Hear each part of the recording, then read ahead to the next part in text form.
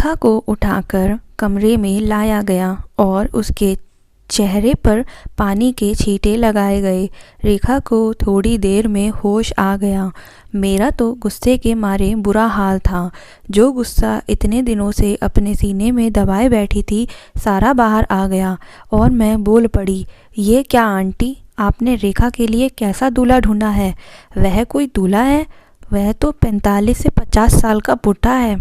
हमारी रेखा तो अभी 18 साल की है और वो आदमी बूढ़ा तो है ही, साथ में गूंगा भी है। आप कैसे ऐसे इंसान के साथ रेखा की शादी कर सकते हैं? मेरा तो गुस्से के मारे बुरा हाल था, इसीलिए मैं बोले जा रही थी। माना कि आपने रेखा को जन्म नहीं दिया, परंतु ये है तो इस घर की बेटी ही ना। इतना बुरा कैसे कर सकते हैं आप लोग? आप लोग ने रेखा का रिश्ता ऐसे आदमी के साथ तय करके यह साबित कर दिया है कि आप लोगों के अंदर की इंसानियत बिल्कुल मर चुकी है। और अंकल ने तो रेखा का दर्द कभी समझा ही नहीं। ऐसे पिता भगवान किसी और को ना दें। मेरे तेवर देखकर रेखा की माँ व ताई ने मुझे बेइज्जत करना शुरू कर दिया। खबरदार जो हमारे घर के मामले में बोली, तुम्हें हमने शादी में आने का न्योता दिया है, भाषण देने का नहीं। रेखा की माँ ने तो ताई की तरफ इशारा करते हुए कहा, देखो तो सही, पित्ते भर की छोरी है पर ज़बान 50 फुट लंबी है। ऐसा है पूनम, तुम दावत खाओ और अपने घर चलती बनो। परंतु मुझसे रेखा की बर्बादी नहीं देखी जा रही थी, इसीलिए मैं रेखा से इस शादी को ना करने के लिए कहने लगी। दबी ज़बान में आज पहली बार रेखा ने किसी काम को करने के लिए मना किया था, मतलब उसने शादी करने से इनकार कर दिया। तभी चटाक से रेखा के गाल पर चांटा पड़ गया और तब तलक रेखा की ताई ने मेरे माता पिता को भी वहां बुला लिया था और रेखा की माँ और ताई मेरे माता पिता की बेइज्जती करने लगी। तब मेरे माँ पापा मुझे खींचते हुए वहां से ले गए। मैंने रो रो कर अपने माता पिता से रेखा को बचाने के लिए बहुत मिन्नतें करीं, पर वो बोले कि ये उनके घर का मामला है, इसमें हम कुछ नहीं कर सकते। इधर रेखा के घर वालों ने उसकी शादी ज़बरदस्ती उस बूढ़े गूंगे आदमी से करवा दी। रेखा अपने ससुराल जा चुकी थी। रेखा की शादी करने के बाद उसके घर वालों ने उससे तमाम रिश्ते तोड़ लिए थे। उसके बाद मुझे रेखा के बारे में कुछ भी पता ना चला। समय पंख लगा के उड़ रहा था। कुछ समय बाद मेरी भी शादी हो गई। मेरे पति रितेश बहुत अच्छे इंसान थे और मेरे बाकी ससुराल वाले भी बहुत अच्छे थे।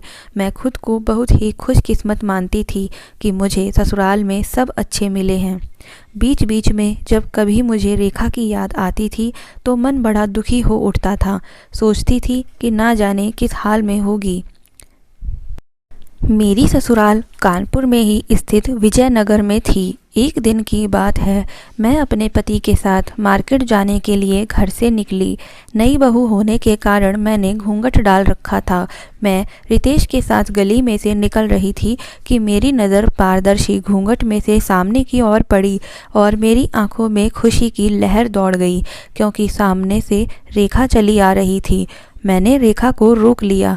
रेखा भी मुझे देखकर बहुत खुश हुई, लेकिन रेखा को देखकर मुझे खुशी तो हुई पर साथ ही दुख भी हुआ, क्योंकि रेखा बहुत कमज़ोर हो गई थी। इतनी कमज़ोर हालत में वो अपने मोटे से पेट के साथ चली आ रही थी, मतलब रेखा प्रेग्नेंट थी। मैंने रेखा से रितेश का परिचय करवाया। फिर रेखा से पूछने पर मुझे पता चला कि रेखा उसी गली में रहती है।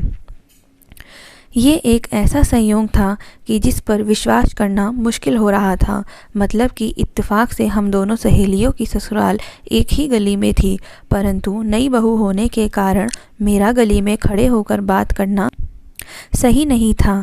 इसलिए मैंने रेखा से उसका घर कौन सा है ये पूछकर आगे बढ़ गई।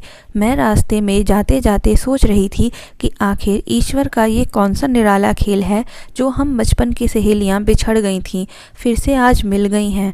हम दोनों के मिलने के पीछे ईश्वर की क्या मंशा है, समझ नहीं आ रही थी। दूसरी तरफ दिमाग में ये भी चल रहा था कि ना जाने रेखा की क्या स्थिति है, ना जाने उसके ससुराल वाले कैसे हैं, क्योंकि रेखा को देखकर तो ऐसा लग रहा था कि जैसे वो बहुत दुखी हो। मैंने अपने दिल की बेचैनी रितेश को बताई तो उन्होंने कहा कि तुम परेशान मत हो, रेखा से मिलकर उससे पूछ लेना। मैं रितेश को पहले ही रेखा के बारे में बता चुकी थी। मार्केट से आने के बाद मैंने जब अपनी सास ननद को रेखा के बारे में बताया तो उन्होंने अचंभे के साथ पूछा कि क्या क्या वो तुम्हारी सहेली है। मेरे हाँ करने पर उन्होंने मुझे बताया कि रेखा का पति उससे बहुत मारता पीटता है तथा उसके ससुराल वाले भी अच्छे नहीं हैं, जिसे सुनकर मुझे बहुत दुख पहुंचा। रेखा के बारे में जानकर मैं मन ही मन दुखी रहने लगी। मैं चाहकर भी रेखा से मिलने के लिए उसके घर नहीं जा पा रही थी, क्योंकि रेखा का घर अपने उल्टे सीधे कारनामों के कारण बदनाम था और मैं एक इज्जतदार घराने की बहू थी। पर मुझे परेशान देखकर रितेश ने अपने पेरेंट्स से बात की और मुझे रेखा से मिलने की अनुमति मिल गई। तब एक दिन मैं अपनी ननद के साथ रेखा से मिलने उसके घर पहुंच गई। मुझे देखकर रेखा की खुशी का ठिकाना ना रहा, पर दूसरे ही पल उसके चेहरे पर डर और शर्मिंदगी के भाव उभर आए। रेखा ने अपने घर वालों से मुझे मिलवाया। मैंने महसूस किया था कि रेखा कंफर्टेबल नहीं थी, परंतु घर वालों की मौजूदगी के कारण हम दोनों सहेलियां बात ना कर पाईं और मैं अपने घर वापस आ गई। लेकिन हाँ, एक बात थी कि रेखा जो कि प्रेग्नेंट थी, उस हालत में भी कोई उसे चैन से बैठने नहीं दे रहा था। इसी से अंदाज़ा लग रहा था कि वो लोग उसके साथ बहुत बुरा सलूक करते होंगे। रितेश को जब मैंने बताया तो उन्होंने एक प्लान बनाया रेखा को मुझसे मिलवाने का। दरअसल हमारे घर में एक कथा होनी थी, हमारी शादी की। उस कथा में गली में से सबको बुलाया गया था। सहेली होने के कारण रेखा के घर वालों को स्पेशल रूप से कहा गया कि वो लोग भी रेखा के साथ आएं। गली की बात थी, दूसरे हम सहेलियां थीं। तीसरी बात यह है कि बहुत कम घरों में आना जाना था उन लोगों का अपने कारनामों के कारण, और ना चाहते हुए भी उन लोगों को रेखा को कथा में भेजना पड़ा।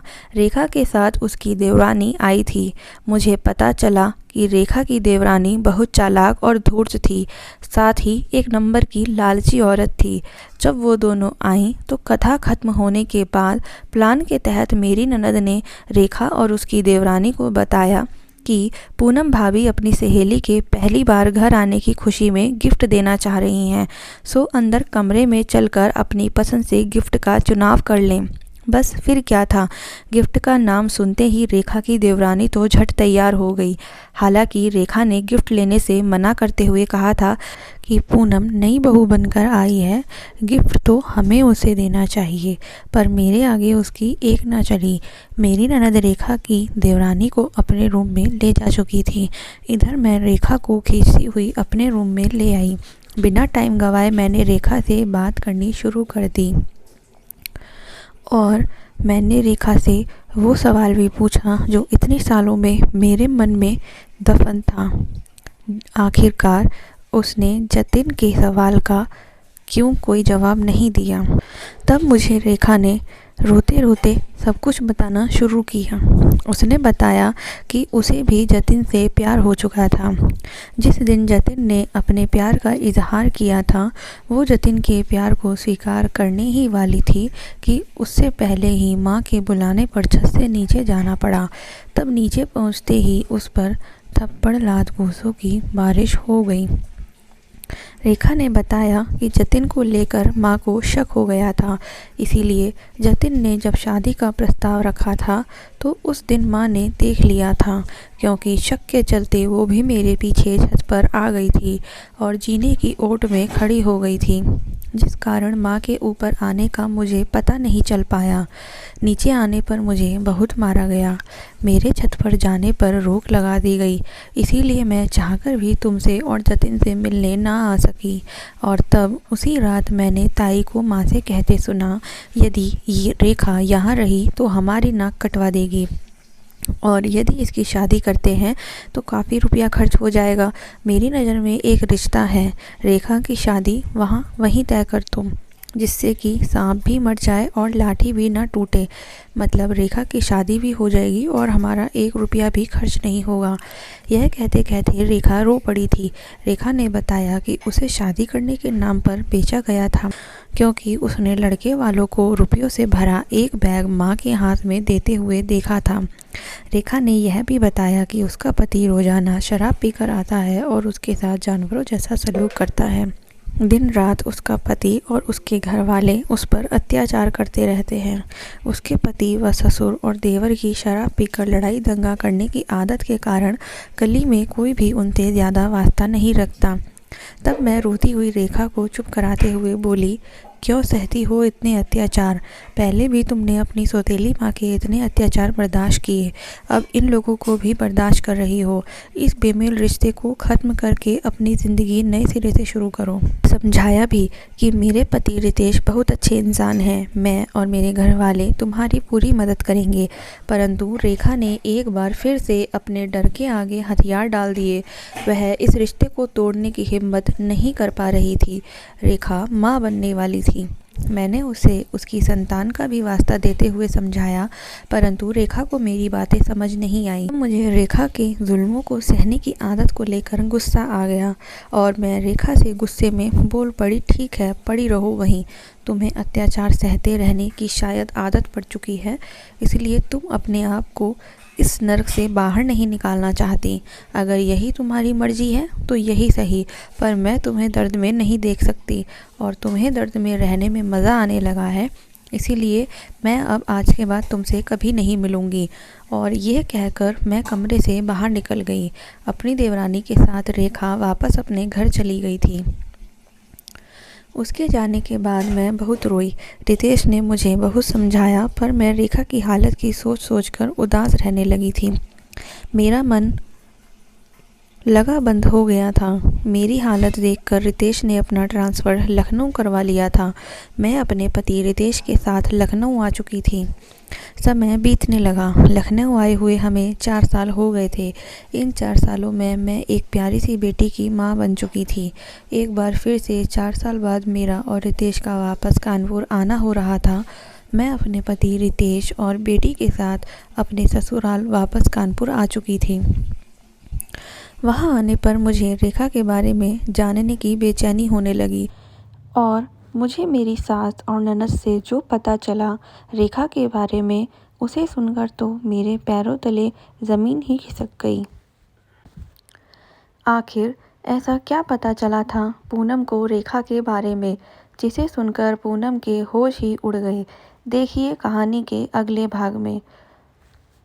अगर आपको हमारी आज की कहानी अच्छी लगी हो तो प्लीज़ हमारी कहानी को ज़रूर लाइक करें। साथ ही साथ हमारे को कमेंट बॉक्स में बताएं कि आपको हमारी आज की कहानी कैसी लगी और चैनल को सब्सक्राइब करना बिल्कुल ना भूलें, जिससे हमारी आने वाली और भी रोमांचक कहानियाँ सबसे पहले आप तक पहुँचें। Thank you.